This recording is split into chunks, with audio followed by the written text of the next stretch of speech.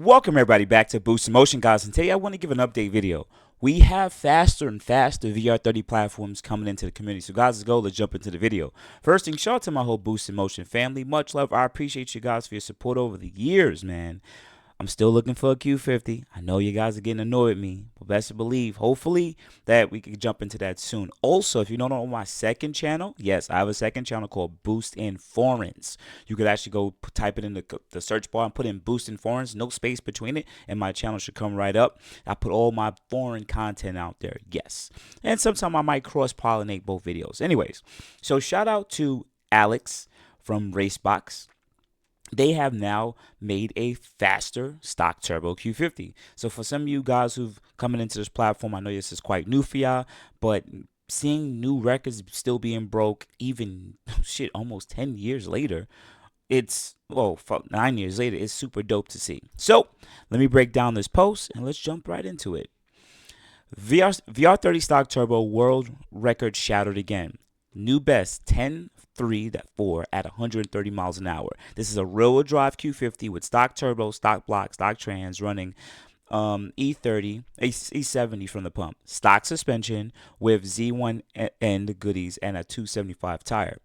Earlier this week we teased y'all with a 10.5 with some of and some of you had a lot to say and speculate. Y'all guys don't know Alex. Y'all guys don't know Racebox. It's crazy.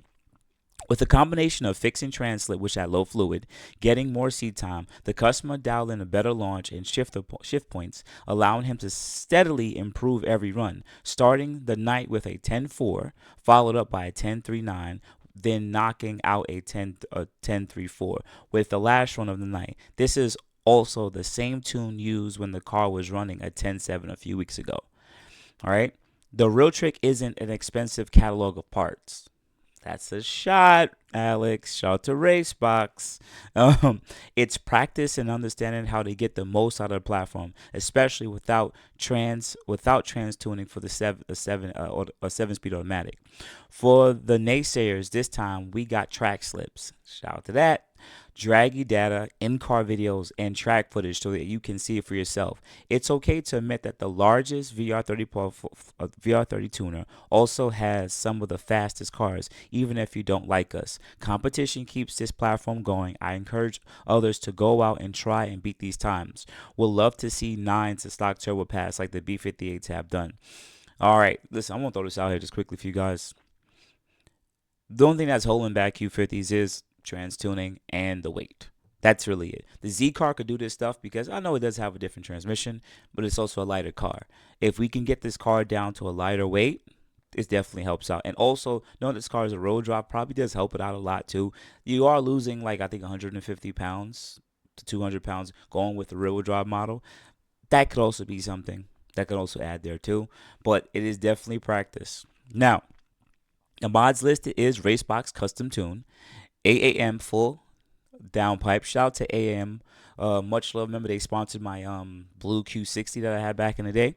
Boosted 3-inch long intakes.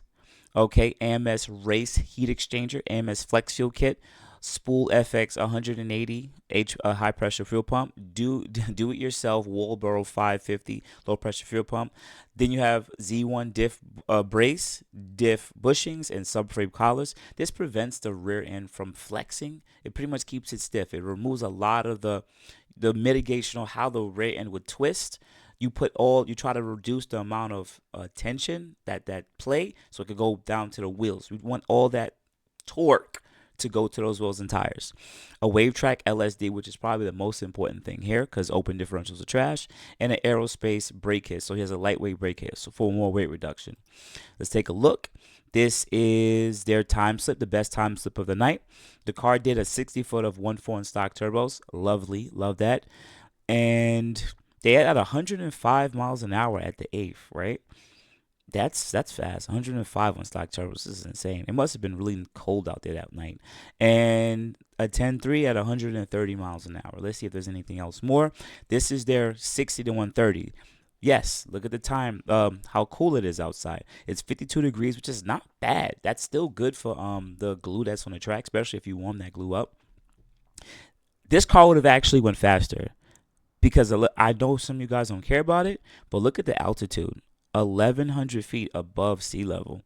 If that's correct, this car has, if it goes down to sea level like in New York City, this car will probably run a 10-1 or maybe even a 9. Right? Yes, elevation really does matter. It's just the car just loves it a lot better. And the DA is about 1,000. So even then, if we would have had some negative DA, it would even be even better. Now, what I care about the most is the 60 to 130. That lets me know how this car is moving on the other half of the track, or pretty much like the other half end, right? Because we always care much about the 60 track. When it comes to track times, you really care about the 60 foots and the 0 to 60s. That to me is what really lets you know how fast you're going to be in the track, right? But I really care about the 6130s because it lets me know if you can compete with these other big dog cars. So this car did a 7.75 60 to 130. I'll use example my E63 when I used to have it at a stage 1 tune with CPC tune. And remember, that is a 4,400, 4,500 pound car. It was probably making like 650 to close to 700 on 9 tray. And it did like right around this similar time. So it's on par with just tuned V8s, but they're usually on the heavier side. So that's doing pretty good. I'm not even going to lie. That's pretty good. This should be a video.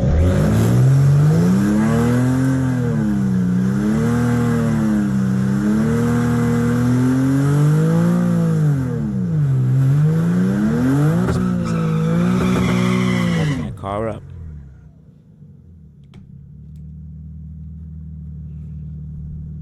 Loving this.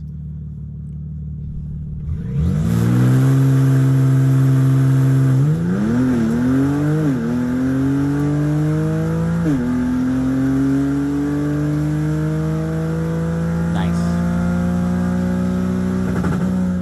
Beautiful. Beautiful. Love that. Beautiful. Anything else? We got outside video. And understand, guys, I want to put this also out. There's some weight reduction happening here. There's probably some weight reduction. I didn't see that listed here, but there's some weight reduction here.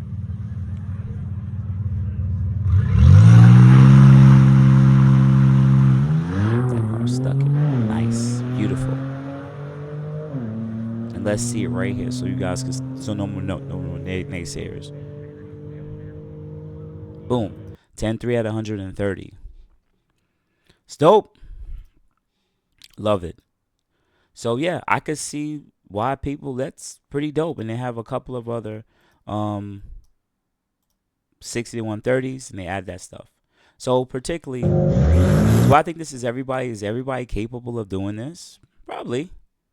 Like if you get behind the right tuner, you're in the right track with the proper DA, a lot of this stuff could happen. And I really think it does come down to driver. But to me, I guess the speculation would really be what people would ask is with me, I could understand the naysayers, the amount of the mile an hour at the end of the track. I think that's where people were probably a little bit confused. This car is trapping almost 130 miles an hour on stock turbos.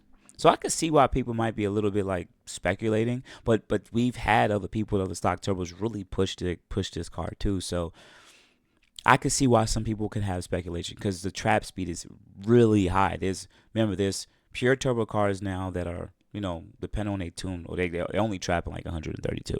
But then people have gotten better they push it to 135, 138. So there's usually a difference. So it depends on the other half of the other track. But other than that, like, this is nice. I like this. So I just wanted to give a quick update on the record.